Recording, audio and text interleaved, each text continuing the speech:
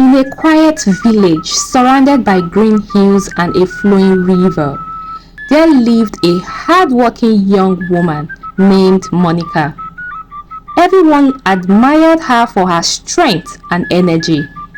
Monica would sweep houses, fetch water, even work in the farm, and help people prepare their meals. She worked tirelessly, moving from one household to another, earning just enough to feed herself. She's such a treasure, villagers often said. Monica works fast and never complains. But Monica had one flaw. She loved to gossip. She didn't just talk. She spilled secrets about everything she saw in people's home. Whether it was the cracked pot by the fireplace or the hidden food stash under the bed, Monica would talk about it. She shared her gossip with both elders in the village and children, often laughing loudly as she exaggerates the story. As much as people love her hard work, they began to fear her tongue. Parents warned their children, "Be careful what you say around Monica. She will spread it across the village," they will say to their children. Still, they couldn't resist calling Monica to help them at home because she was the best at what she do. One sunny morning, Mama Amanda, a widow in the village, called Monica. "Monica," she said, "come and help me fetch water from the river. I will pay you well." Monica agreed and hurried to Mama Amanda's hut. But as she approached, she heard strange sound coming from inside the hut. Curious, she crept quietly to the window and peeped in. Her eyes widened in shock. Mama Amanda was with Amechi, a newly married man, behaving in a way Monica knew they shouldn't. Mama Amanda saw her. "Monica!" she cried, rushing to the door. "Please, don't tell anyone what you saw. I beg you." Monica folded her hand. "Why shouldn't I?" Mama Amanda begged, even giving Monica some of her finest wrappers. Monica took them and smiled. She agreed not to tell anyone. "I won't say a word," Monica said. But the very next day, Monica saw Nkechi by the riverside, and she said, Nkechi, come. I have something to tell you. You will not believe it. Did you know what I saw at Mama Amanda's house?" Nkechi's ear widened to listen to Monica, and Monica spilled everything to Nkechi that day. By nightfall, the entire village knew. Amechi's wife packed her things and left him in shame, while Mama Amanda became the subject of every gossip circle. Unable to bear the shame, Mama Amanda drank poison and died. At Mama Amanda's funeral, Monica felt a pang of guilt, but she quickly dismissed it. "I didn't lie. I only spoke the truth," she muttered to herself.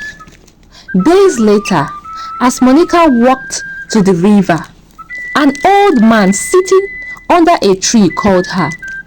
"Monica," he said, his voice deep and wise, "you must learn to guard your tongue.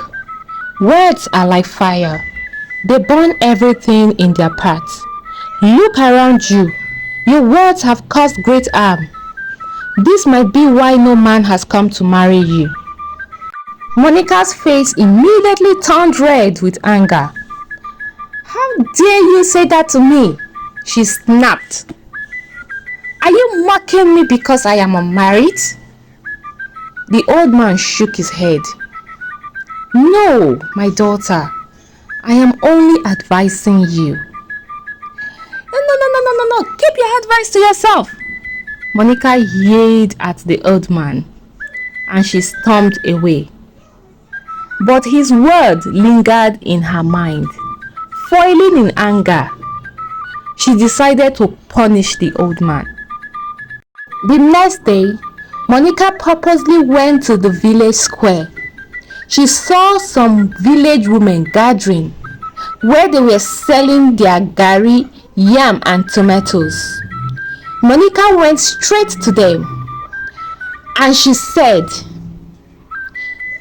"Women of our land, I have something to say. Do you know that old man by the riverside? He's a wizard. He killed his wife and children and ate them. I don't know why people kept buying his mat, the mat he's selling. That mat is a spiritual mat. It's not meant to be bought." The women widened their eyes and ears in shock as they listened to Monica. The rumor immediately spread like a wildfire. People stopped buying the old man's goods, and children ran away whenever they saw him. Lonely and heartbroken, the old man grew weaker by the day.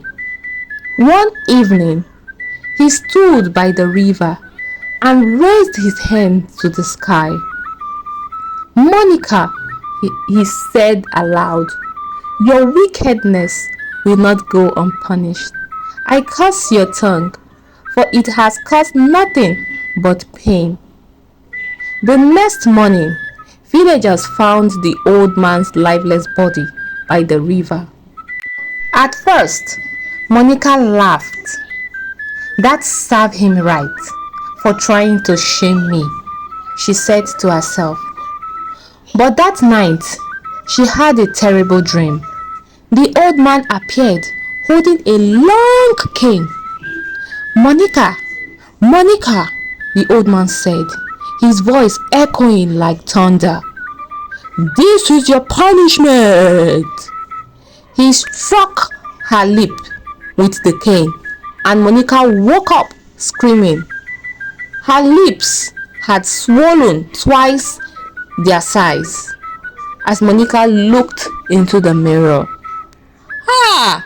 she cried, touching her face. The next night, the old man appeared again and again. He struck her lips.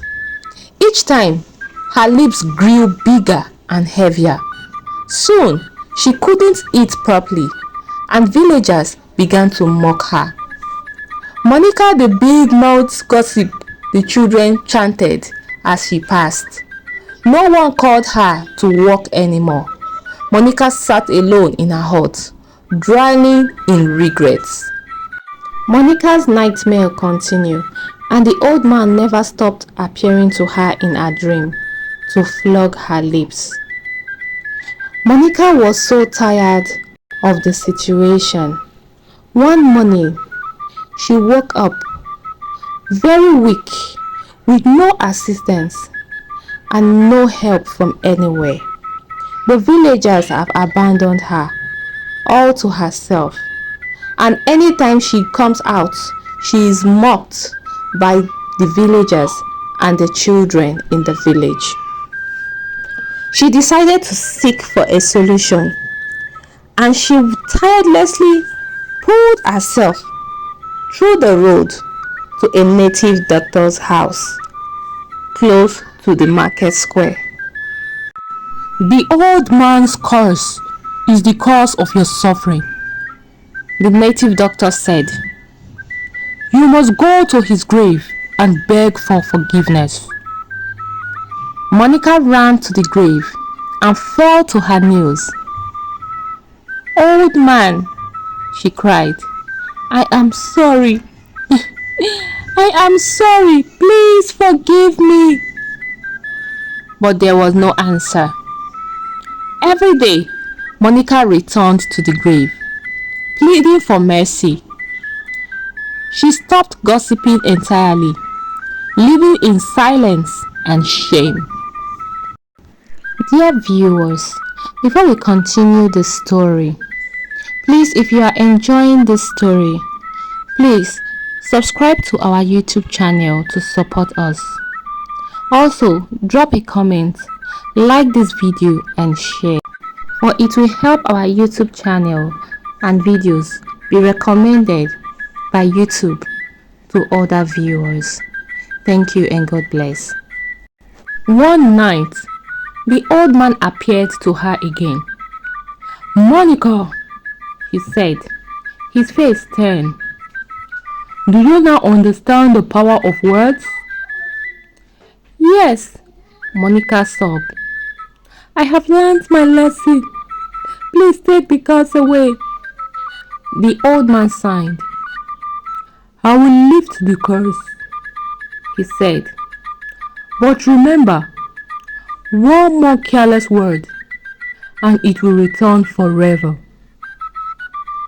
When Monica woke up, her lips were back to normal. She cried tears of relief and vowed to change her ways. From that day, Monica became a quiet, humble woman.